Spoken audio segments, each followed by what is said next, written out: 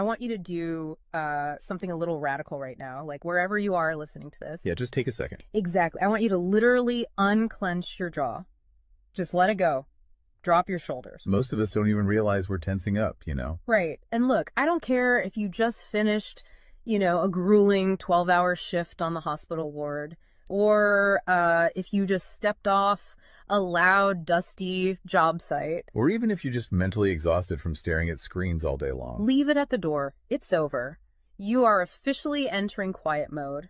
So just take a deep breath. That's the baseline we need for this. It really is. And now I want you to look at the phone sitting next to you, or maybe the smartwatch on your wrist. Every single time that screen lights up, every time it buzzes, it steals exactly 23 minutes of your life.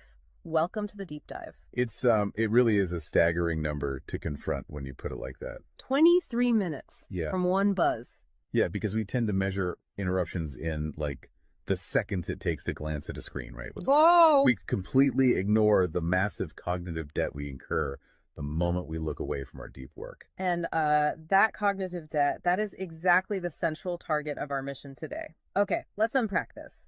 We are exploring The Sovereign Architect's Guide by Chillstar 08. Specifically, episode 6, which is titled Deep Work Dynamo, How to Finish Your Week in 4 Hours. Right. And if you remember, in our last deep dive, we talked about installing drawing those boundaries and reclaiming your personal space. But clearing the space is just step one. It actually reveals a much deeper, much more intimidating problem. Yeah, the void.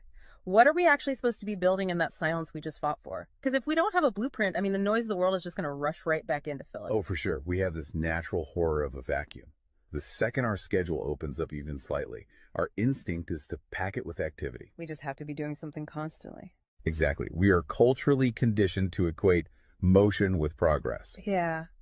But Chillstar 08 introduces a really brilliant distinction here. She talks about the trap of idling. I love this concept so much. Think about a car engine, right? Mm-hmm. The engine is running, the pistons are firing, it's burning through all this expensive fuel, making a ton of noise and vibration. But the car is in park. Yes, it isn't going anywhere, and that is what most of our daily quote-unquote busyness looks like. We feel incredibly productive because we are in constant motion. Right. You check a text message while you're sitting at a stoplight. Or you answer a quick email while walking from your car to the front door. You stare at a spreadsheet on your laptop while, your family dinner is sitting right in front of you, literally getting cold. And that right there is the illusion of productivity. You end your day feeling physically and mentally depleted because you were constantly doing something. So you didn't actually do anything that matters. Exactly. If you step back and evaluate your legacy, the deep, meaningful work, the art, the business strategy, the relationships. Right, the relationships that actually move your life forward. None of it progressed. You spent 8 hours idling. You were everywhere, which means you were truly nowhere.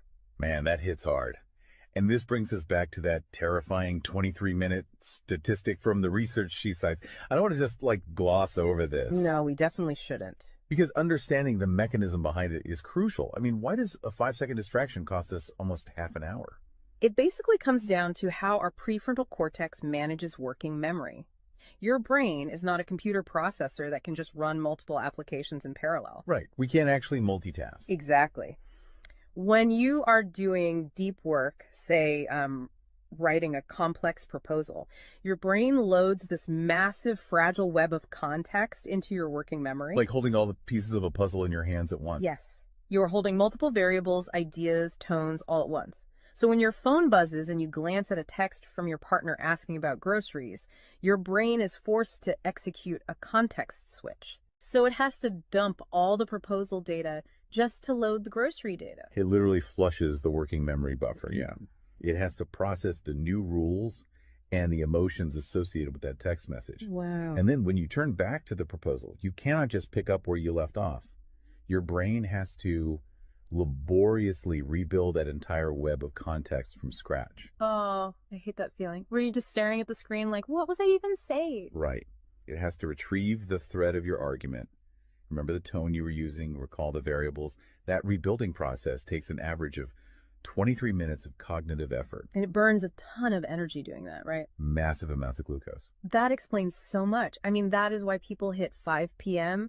and feel physically exhausted, almost sick to their stomachs. Even if they've just been sitting in a really nice ergonomic chair all day. Exactly. They haven't been doing deep work. They've been doing cognitive gymnastics, just constantly flushing and reloading their working memory.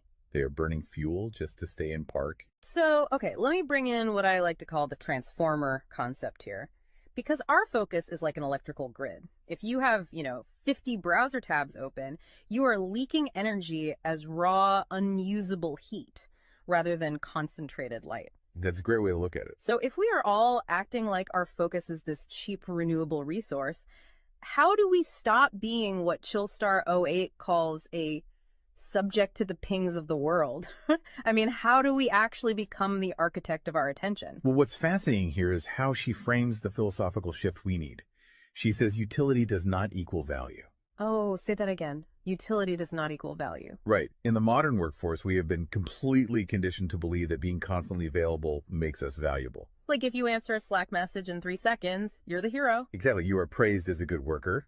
Or if you jump on a Zoom call with like 5 minutes notice, you're a team player. But that is just utility. I mean, being highly available makes you a commodity. You're like a human router just passing information back and forth. And routers are easily replaced. True sovereignty, true value comes from being impactful. You simply cannot make a deep, lasting impact if your attention is constantly fractured by the agendas of other people. Yeah, when you operate like that human router, you are spending your finite, precious Mondays executing someone else's script. You're a subject to the pings of the world. Okay, so we know the biology of why this destroys our focus, and we understand the philosophical trap of, trying to be too available, but how do we actually fix the mechanics of our workday? We have to build the deep work dynamo. Right. So think of your attention like water pressure. If you poke 50 tiny holes in a garden hose, open browser tabs, email notifications, group chats. The water just trickles at the end. Exactly. You cannot wash a car with a trickle. You're just making the driveway wet. That's true. So the Dynamo Audit she lays out, it's about putting a high pressure nozzle on that hose. It narrows the opening to create a stream powerful enough to actually blast through the dirt. And the first step in that audit is auditing the physical environment itself. She calls it analyzing your signal-to-noise ratio. Okay, so visualize your workspace right now. She asks you to determine if it is a sanctuary or a transit hub. Let's be honest. Most of us are operating in transit hubs. A transit hub is a place of constant arrival and departure. People walking by, announcements over the loudspeaker, just a blur of motion. Yeah, and you can't build a legacy in a train station. But we need to push past the basic phones are distracting advice, right? Because our listeners already know that. Oh, absolutely. Chillstar 08's rule is much more brutal than that. She says if the phone is even sitting on your desk, even face down, it is acting as a parasite on your cognitive grid. A parasite, just by being in the room. The research supports this entirely, by the way. The mere presence of a smartphone in your visual field, even if it is completely powered off, measurably reduces your cognitive capacity. Because your brain is having to actively expend energy to ignore it, right? Exactly. It is running a background process that just keeps saying, don't check the phone, don't check the phone. That is energy being actively stolen from your primary task. So sovereignty literally begins the moment you physically remove the device from the room, put it in a drawer down the hall. Close the door. Make the physical environment quiet. But okay, let's say you've done that. That doesn't stop your own brain from creating internal noise, right? Like trying to juggle 5 projects at once. How do we fix the internal wiring? That brings us to the second pillar of the audit, which is the batch wiring rule. This directly addresses the danger of switching fatigue, which we touched on with that 23-minute penalty. Right, the cognitive glucose burn. Yeah. When we attempt to multitask, like writing a creative brief, then pausing to check inventory levels, then answering 3 customer service emails. And then trying to go back to the brief. Right. We are grinding our mental gears to dust. We are switching between entirely different cognitive states. Because creative writing uses a completely different part of the brain than calculating inventory, obviously. They require entirely different operating frequencies. So the batch wiring rule dictates that you must group similar tasks together based on their cognitive load. Okay. And you do not switch the current until that specific type of work is completely done. You do all your deep analytical thinking in one high voltage burst. And then you save all your reactive administrative stuff for a separate lower voltage block later in the day. Precisely. It's all about staying in one gear. Like if you are driving up a really steep hill, you don't constantly shift between first gear and fifth gear. You lock into the gear that provides the right torque and you just ride it out. That's a perfect analogy. But okay, here's where it gets really interesting. This leads to the third pillar of the audit, and this is where I actually need to seriously push back on the source material a bit. She calls this the zero access window. Ah, yes. This is usually where the resistance starts for people. Because it sounds impossible for a normal person. She says you cannot just plan to be focused, right? You have to legally schedule it. You have to lock in one sovereign hour. Yeah, 1 hour where you are legally dead to the outside world. No boss, no family, no, hey, do you have a second for a quick question? Just you and the blueprint. It's extreme, yes. But let's do a reality check here. I mean, I see how that works for a solo digital entrepreneur or a freelance writer, but what about someone whose literal job description is to be available? Right, like an IT support specialist. Or a floor manager, or a nurse on a ward, or even, a parent at home with a toddler. How do they justify just vanishing? It feels like this advice only applies to a very specific, privileged type of worker. That is the most common and, frankly, the most valid hurdle to this entire system. But we really have to look at how the principle scales, and we have to look at the internal psychology of the worker. Okay, walk me through that. First, let's address the context of Chillstar '08's own life. She is not some solitary monk living on a mountain. She is a wife, a mother, and a grandmother. Oh, wow. Okay. Yeah, and she runs a luxury travel agency and a digital marketing business. Her entire professional and personal life is built around communication and client management. She probably receives hundreds of legitimate demands on her attention every single day. So she is really in the thick of it. She isn't just speaking from some ivory tower. Far from it. She implements the zero access window because of those demands, not in spite of them. Now, for the IT manager or the nurse, obviously, you cannot vanish while on active duty if your role is acute response. Right. You can't ignore a burning server or a patient monitor. Exactly. But the principle applies to the deep work surrounding the active duty, the scheduling, the charting, the strategic planning. Even in highly reactive jobs, there is legacy work that gets pushed to the margins. That makes sense. And the challenge isn't just logistical, it is deeply psychological. It's the internal guilt, isn't it? Yes, exactly. People feel like bad employees or bad parents or bad partners when they set a hard boundary. Yeah. We tie our entire self-worth to our responsiveness. We think, if I am not instantly available, I am failing them. Man, that is so true. We feel guilty for taking an hour to ourselves. But setting a zero access window is not about neglecting your family or your team. It is about condensing your high level work into massive, high impact bursts of energy so that you can actually be present later. Wow. Okay. Consider the alternative. If you don't carve out that absolute focus, you end up giving your family or your team partial fractured attention for 12 hours straight. Exactly. You are physically at the dinner table, but mentally you are drafting an email. Or you are sitting on the floor playing with your kid, but you're checking a Slack notification over their shoulder. You are trading constant low quality availability for scheduled high quality presence. It is entirely about communicating boundaries to protect the quality of the time you do give people. You tell your team, look, I am going offline for 60 minutes to finish this crucial report. If the servers literally catch fire, call this specific emergency number. Otherwise, I will address all questions at 11:00 a.m. Right. You aren't vanishing to hide. You are vanishing to get the work done efficiently so you can actually live your life. Which brings us to the ultimate why behind this entire system. Because once you fight through that guilt, once you build this 4-hour fortress, you have to know what it is all for. It's not just about becoming a hyper-efficient robot. No, because if you use these tools just to do more of your boss's busy work or to take on 3 more stressful projects, you have entirely missed the point. You are just speeding up the treadmill. If we connect this to the bigger picture, the destination we are driving toward is a concept she calls passive magnetism. Okay, break down passive magnetism for us, because it sounds a bit abstract. Think of it as the gravity your work generates when it is undeniably good. Most people operate with active desperation.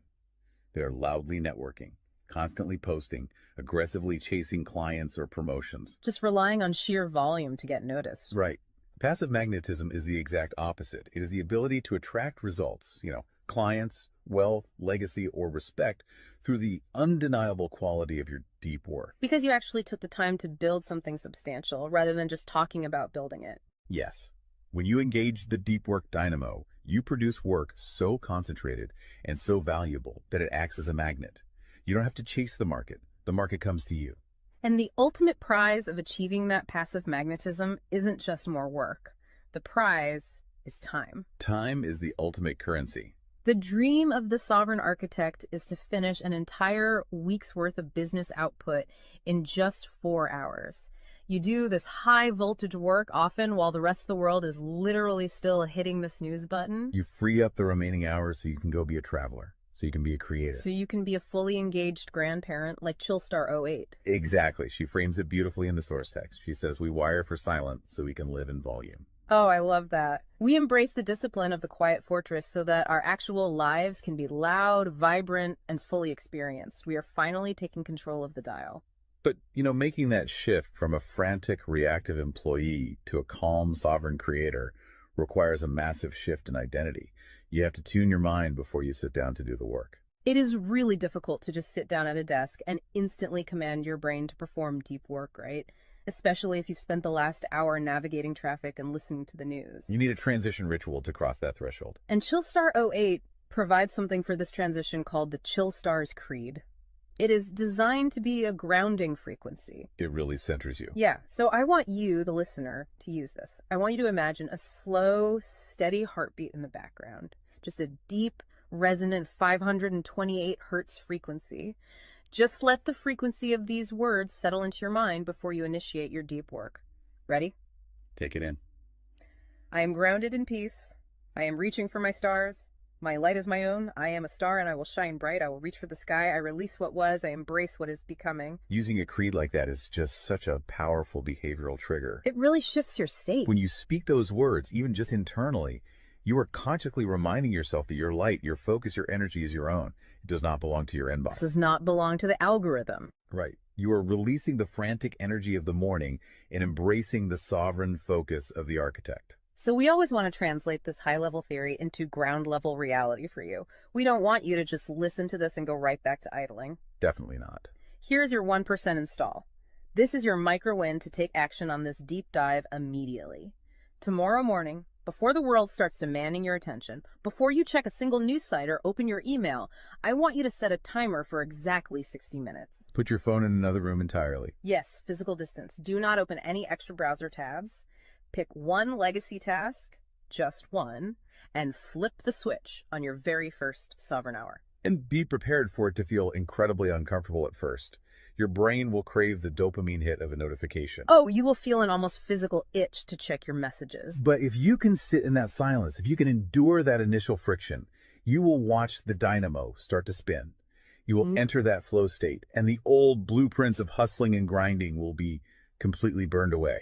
And look, if you want the actual templates to automate this piece, the specific tools and step-by-step guides to build the system out completely and protect your location-independent freedom, you can join the Sovereign Fortress on the Chillstar 08 school community. All the blueprints are there waiting for you. They really are. As we wrap up this deep dive, I want to leave you with one final thought to explore on your own. We have spent this entire session talking about the mechanics of work. We've talked about condensing your week's output into just 4 hours of pure, undistracted focus. But if you actually achieve that, you're going to be faced with a beautiful, kind of terrifying question. What's that? Who are you going to become in the remaining 164 hours of your week? What if your true legacy has absolutely nothing to do with what you produce while you are busy, but entirely to do with who you are when you are finally completely silent? Wow. Unclench that jaw. Drop those shoulders. Step into the quiet. Go be great and flip the switch. We'll see you on the next deep dive.